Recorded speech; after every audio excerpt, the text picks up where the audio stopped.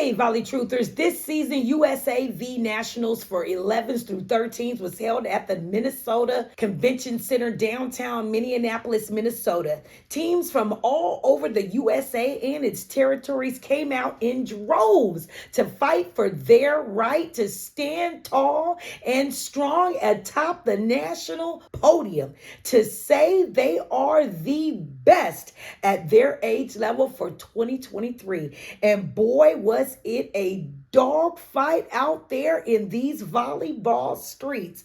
These 11s, 12s, and 13s meant business. It was not for the weak, to say the least. Let's get into it.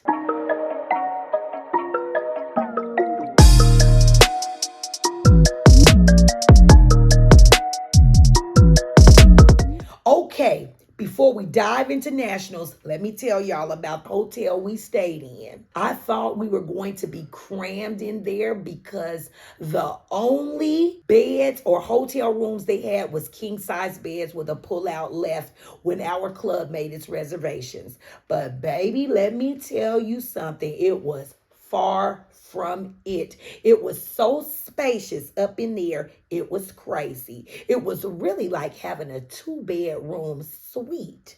There was a spacious living room where the pull-out couch bed was, with its own TV, dresser, or work table, and fridge.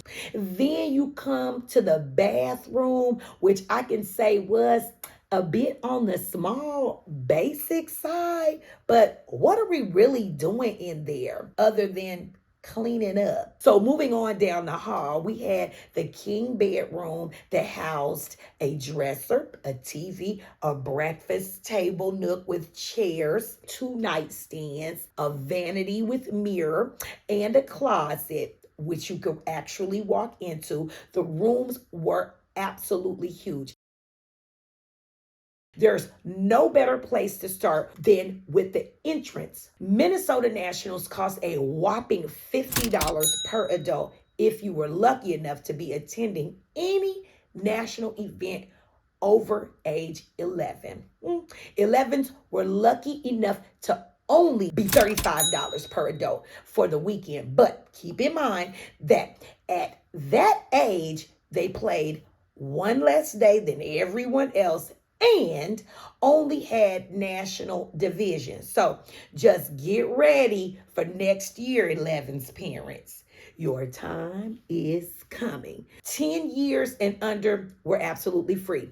Now, USAV did advertise a discounted coupon, but did anyone have that coupon? Let me know in the comments below. After purchasing, the USAV did offer to add the barcode to your Apple Wallet, or allow for you to print the barcode, or have the barcode text, or even have the barcode emailed to you as an added bonus before you leave the checkout site. As we all know, USAV is a pipeline to the USA national volleyball teams. There was a link that takes you to another website that allows you to support the national volleyball teams by purchasing something, or you could simply make a small donation to help support those players and athletes. Now, once parents, coaches, and players arrived at the convention center, of course, coaches and players went through their lanes, and parents and through theirs. Parents had to present their QR codes and IDs. Now, here's where things got like a bit frustrating, because play took place in a couple of different halls, right? Meaning teams had to move up and down 2 escalators throughout the day at least once, which meant that while that was fairly easy for the coaches and players to maneuver about, it wasn't that simple for the parents, because we were stopped at each entrance, which, okay, it's safety, because we still had to show both the QR codes and the IDs every single time we needed to get into each one of those halls. Yeah, talk about a frustration buildup, right? But, I think For the most part, the ebb and flow went relatively well, especially with how staggered all of the games were. So there wasn't a lot of overcrowding. People got in and out of there pretty well. On to parking. Now, I can't really say anything on this pricing because this time my family did the Uber experience. So, from that perspective, Uber was very clean, it was fast, it was on point, it was relatively inexpensive. So, and they were about their business. All or most of hotels that were booked seemed to be within Uber away from the venue. Anything outside activities were no more than 20 minutes out. Okay, so not even the airport was that far, and nothing was ever too far out of range or Uber expensive to get to.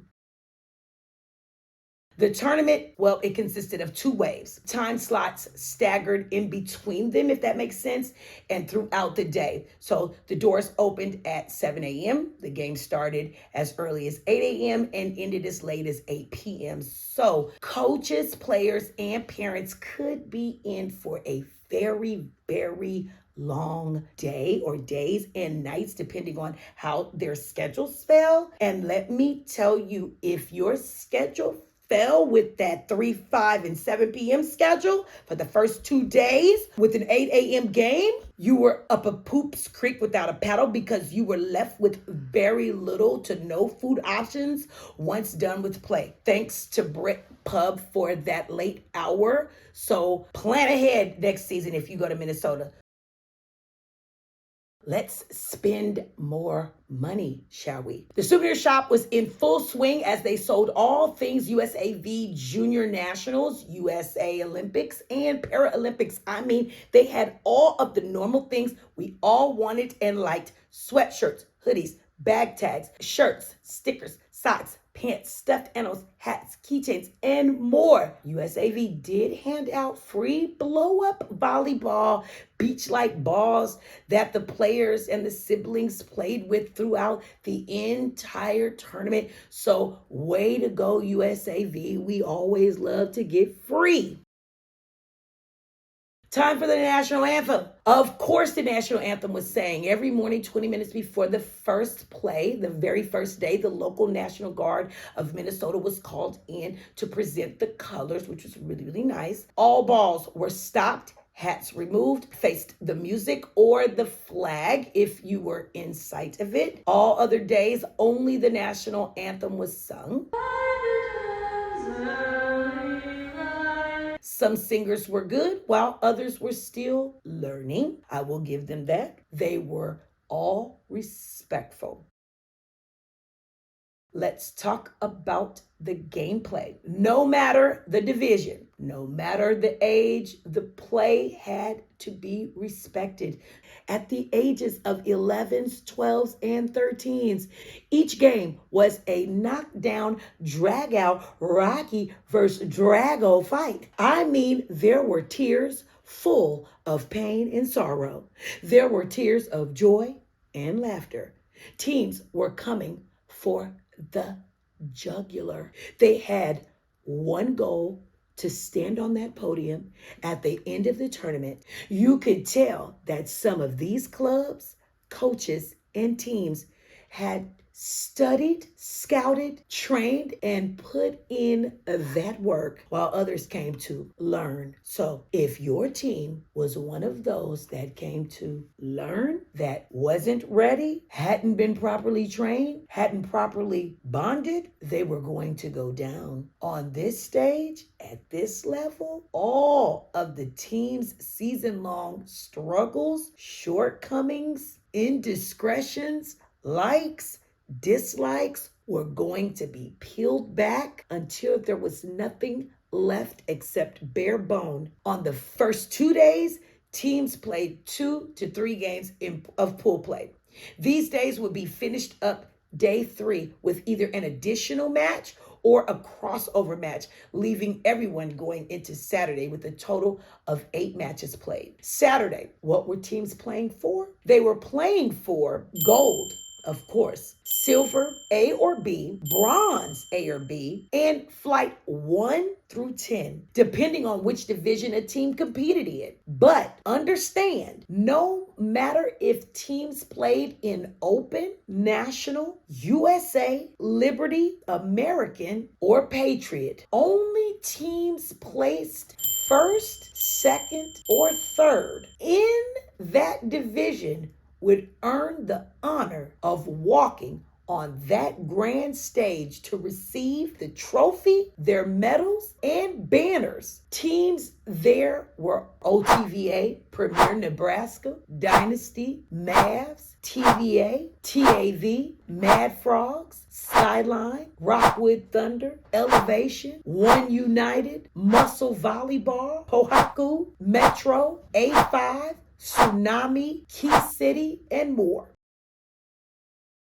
Outside of the tournament, there were some activities to get into in Minnesota with the family, teams, or both for sure. Prince's home tour was a big attraction, but you had to schedule early, which was hard for volleyballers because we just did not know our schedules. There was also Mall of America. If you were a shopper, this is a shopper's dream paradise. So go take a bite out of your heaven there. There was Sea Life, a great place for young and old families and friends to see the wonders of the sea and just bond and chill out until game time or even after play. There was the Nickelodeon theme park. Great team bonding if the team gets to the venue day before, stay later, or just want to go and have fun. This is a place for them to go and just let go. The Great Escape is a great team bonding experience in the season team memory maker. Take your team and go solve a case.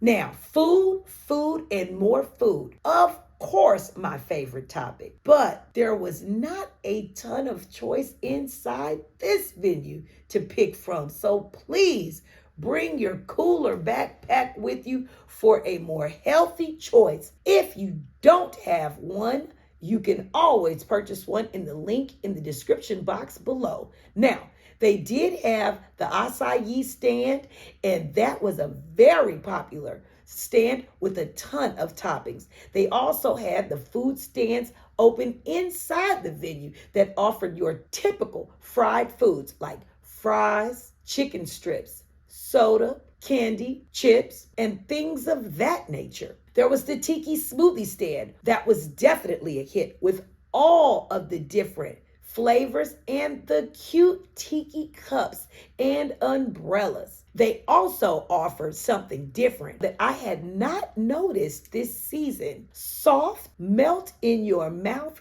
cotton candy. Yummy. Outside of the venue, there was a row of great restaurants you could take your pick from that is all within walking distance and conveniently located near all of the hotels as well. There was the Devil's Advocate, Hell's Kitchen, the Melting Pot, the Newsroom, Brits Pub, just to name a few that were in arm's reach. Here's a disclaimer. If your player is on a late game schedule, please pre-plan for no restaurants to be open downtown because downtown shuts down around 9 or 10 p.m. Congratulations from the Volley Truth to all the winners of the 2023 11s, 12s, and 13s USAV National Junior Volleyball. For those learners of the 2023 USAV Nationals, now know this. Congrats for making it this far. Take a small rest. But don't be satisfied with this accomplishment. Stay hungry or get hungry. Keep fighting or start fighting. That's all for now, but if you like the content, leave a comment below, spike the like button, and subscribe to my channel.